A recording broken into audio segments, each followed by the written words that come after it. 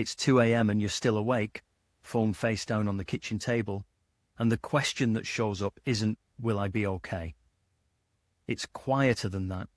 It's, why does asking for anything feel like losing? You tell yourself you'll figure it out. You always have.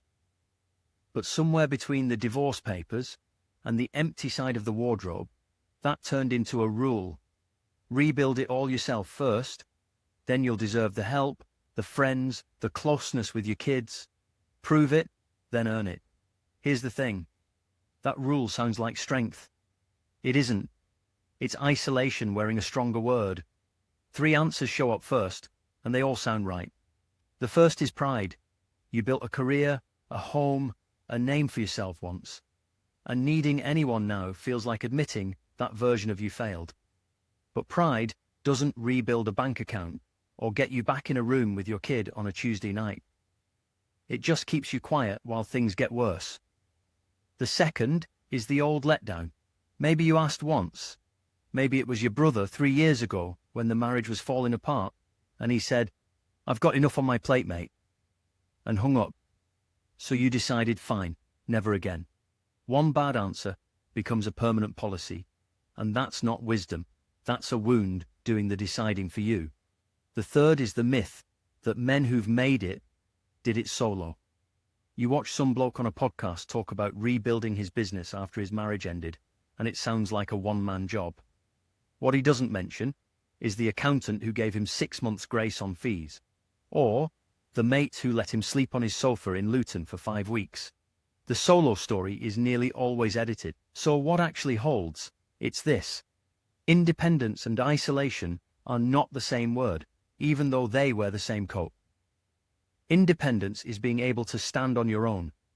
Isolation is refusing to let anyone stand near you while you do it. One is a skill. The other is a habit built from fear. And fear is not the same as strength, no matter how convincing it feels at 2 a.m. The real work isn't rebuilding alone until you're ready. It's learning to let small, low stakes help in before the big stuff, the money, the custody arrangement, the friendships, are even on the table. Because if you can't ask your neighbor to borrow a drill, you're not going to ask your ex's solicitor to work with you on contact hours. The muscle has to be built somewhere smaller first. So here's how you apply it this week, and it's deliberately small. Pick one thing, not your finances, not your custody schedule, nothing with weight attached. Ask one person for one small thing. Text your neighbor and ask to borrow that drill for 20 minutes. Ask a colleague to grab a coffee on Thursday instead of eating lunch at your desk again alone like you have every day this month. Ask your brother, yes, even him, one plain question with no agenda attached. Then notice what happens in your body when they say yes. That's the whole exercise. Not a grand opening up, not a heart-to-heart, just proof in your own life that asking doesn't automatically end in that phone call from 3 years ago.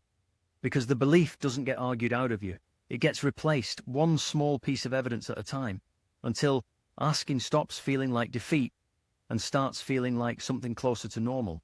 If you want a clearer picture of where you actually stand right now, there's a free 3-minute quiz called the Rebuild Score, linked below, worth 2 minutes of your time.